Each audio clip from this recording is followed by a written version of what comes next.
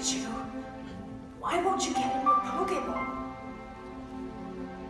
It's because The fuck? I always want to be with you.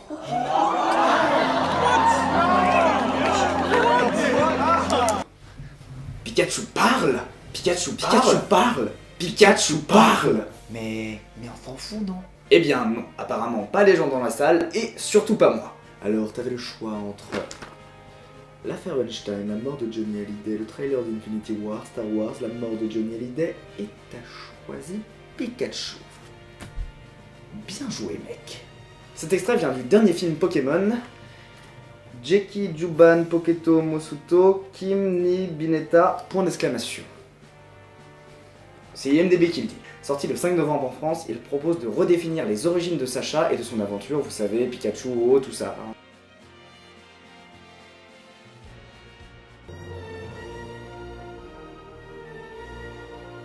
Bonjour, c'est Stéphane du Point Culte. Si tu as dormi dans une grotte ces 20 dernières années ou que tu as récemment quitté la Creuse, tu es au bon endroit.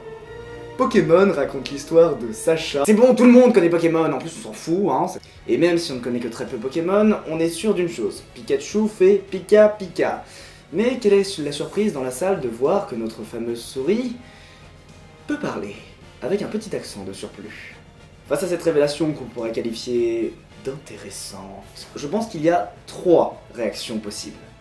Kawaii! Pikachu, que t'ont-ils fait?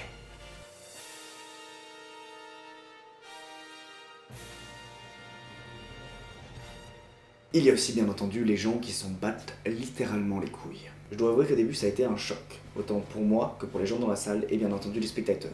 Plus de la moitié des commentaires sur la vidéo sont contre cette idée de Pikachu qui parle, et en général le film se tape des critiques plutôt négatives.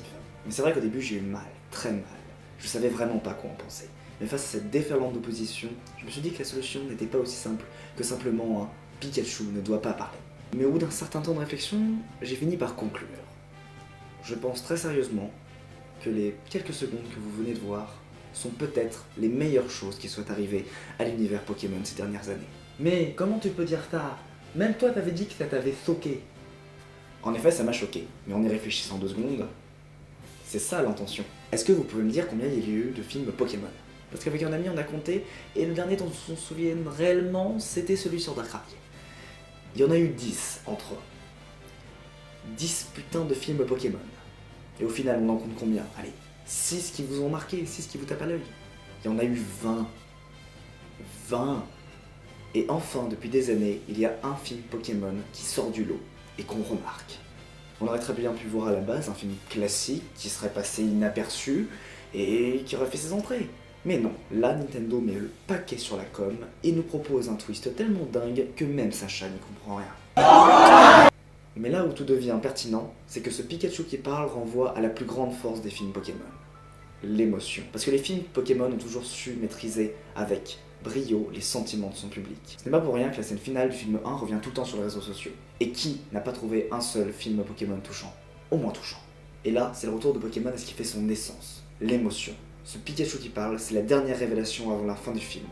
Et cet ensemble nous fait reconsidérer Pokémon depuis son commencement, autant la série que les films. Et bien sûr, cela fait appel à notre vécu avec l'univers de Pokémon. En fait, le film fait le choix de ne pas être qu'une simple revisite des débuts de l'univers, mais véritablement un hommage à cet univers. Pokémon a toujours su nous toucher, nous qui sommes fans ou pas. Et ce Pikachu qui parle, ses dernières paroles sont véritablement non pas une offense, mais un véritable cadeau à tous ceux qui aiment Pokémon. Et bien entendu, quelque chose qui sort enfin de l'ordinaire. Mais si je vous parle de ça, c'est car ce coup de gueule des fans nous montre une chose. C'est à quel point il est dangereux de s'attaquer à des postulats qui sont bien enracinés dans la pop culture. Dans un univers où les choses ne sont pas fixes, on peut tout faire basculer à n'importe quel moment afin de créer une réaction de la part du spectateur. Un univers est quelque chose d'ancré dans le temps. Et faire le choix de ne pas le faire évoluer, c'est le condamner au final à se répéter. Et c'est un des problèmes de la pop culture, on ne veut pas voir les choses évoluer. On souhaite que l'univers qu'on aime reste tel qu'on l'a découvert. On ne peut plus accepter l'univers que comme une sphère dans laquelle on fait jouer les violons d'une intrigue 1000 fois écoutée. Et au final, c'est quoi la prochaine étape? La force n'existe pas, Hermione Granger se prostitue, Matrix 4 est annoncé, le Kamehameha n'est pas un laser. Évidemment, bousculer les postulats n'est pas toujours évident. Et bien trop souvent, les scénaristes et écrivains se trompent totalement et se plantent en essayant de réadapter des codes qu'ils ne maîtrisent pas. Mais après tout, qui sommes-nous pour juger ?